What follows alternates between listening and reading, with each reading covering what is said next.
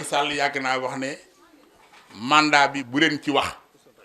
ñun liggéey Sénégal moo ñu ñor mus ñu cee wax nag waaye ñoom bu ñu taxawee démb ak bërki démb ne président daal nit la koo xam ne ni bu ñu demee ba 2024 mënatu am mandat dañu koy tontu ku la wokk ku la ko bas nga wokk ko foofu lañ koy teg mooy légitime défense ku la wokk nga fayu foofu la ñu nekk nag duma ci wax dañ ñoo wokk kon ku ñu xusi la dinañu leen xamal ne li ñu gëm ñun dañ def droit mooy ne président am na droit beneen mandat en 2024 fu ñu koy teg ci benn principe lañ koy teg mooy principe de rétroactivité dafa am loo xam ne nii yoon moo ko teg moo ne loi bu bees bu juddoo mënta jël en charge lu mu fekkewul mooy le principe de la rétroactivité des lois bu xasee juddu la jëm kanam rek lay mën a jël mais la mu fekkewul mënu ko jël kon mandat bi Macky Sall entamé woon te muy 7 ans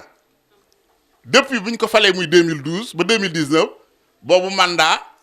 mënuñu koo boole ci disposition bi nga xam ne moom la révision constitutionnelle bi wax en 2016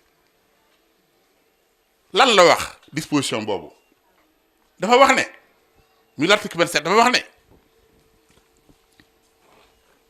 le mandat du président est de 5 ans dafa wax ne mandat président juróomi at la boobu mooy alinéa bu njëkk bi ba ca topp ne personne nul ne peut faire plus de 2 mandats consécutifs mu ne kenn mënta def ñaari mandats yu tegloo mais nag disposition bi wax ne ci article 27 mandat bi 5 ans la mook disposition bi wax ne kenn mënta def 2 mandats yu tegaloo dañ leen di boole mooy kenn mënta def 2 mandats de 5 ans et que Macky Sall defagul 2 mandats de 5 ans Macky Sall benn mandat 5 ans la def moom la tàmbali nii te pareegu ko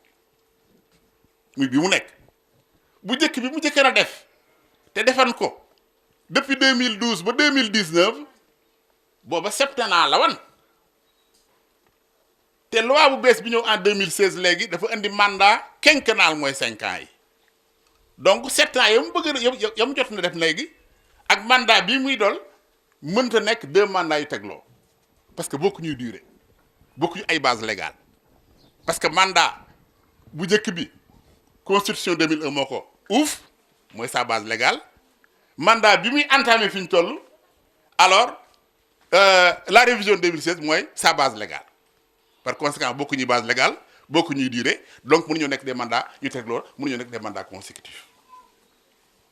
donc président boo seetee ci loolu benn mandat la defagul ba pare le conseil constitutionnel ak tribunal la mooy àtte mais moom li muy àtte mooy la régularité des candidatures aux élections nationales mooy élection député wala élection président su amee problème léegi conseil constitutionnel moo koy àtte mais conseil constitutionnel dañu ko mas a laaj ne ko conseil constitutionnel dañu ko mas a laaj ne ko waaw ma ne conseil dañu ko mas a laaj benn avis consultatif mooy bi ko Macky Sall ne bi mu fa yónnee benn bataaxal ne conseil constitutionnel dama bëgg léegi mandat 7 ans bi ma am ñu wàññi ko def ko 5 ans conseil constitutionnel ne ko loolu kenn mënu ko parce que révision constitutionnelle bi am jëlutoon en compte le mandat bi nga xam ne moom nga jëkk def muy mandat de 7 ans yi loolu la conseil constitutionnel wax ñu daal di koy consacré mu nekk lu tax jurisprudence mooy loo xam ni conseil moo ko décidé donc demain ëllëg tey mu ñëwoon ba 2024 tey ñu am un avis consultatif demande d'avis consultatif ci mandat Macky Sall bi wala mu am contentieux électoral contentieux devant le conseil constitutionnel le conseil bu boobaa léegi day mën a taxaw fa mu taxawoon démb ak bërki démb mooy ne loi nouvelle bu bees boobu mënta jël en charge lu mu fekkewul donc boo seetee ñetti points yooyu ma tracé Macky Sall am na droit à un mandat bu soobee yàlla en 2024 mais loolu nag moom ça dépend que luy ci moom la aju su ko neexee mu présenté wu su ko neexee du présenté wu mais ñun waa Touba daal pare nañu bu présenté woo danañu taxaw jàppale ko dimbali ko may ko doole ànd ak moom ci barke Serigne Mountakha Bassirou Mbacké ba yàlla may ko ndam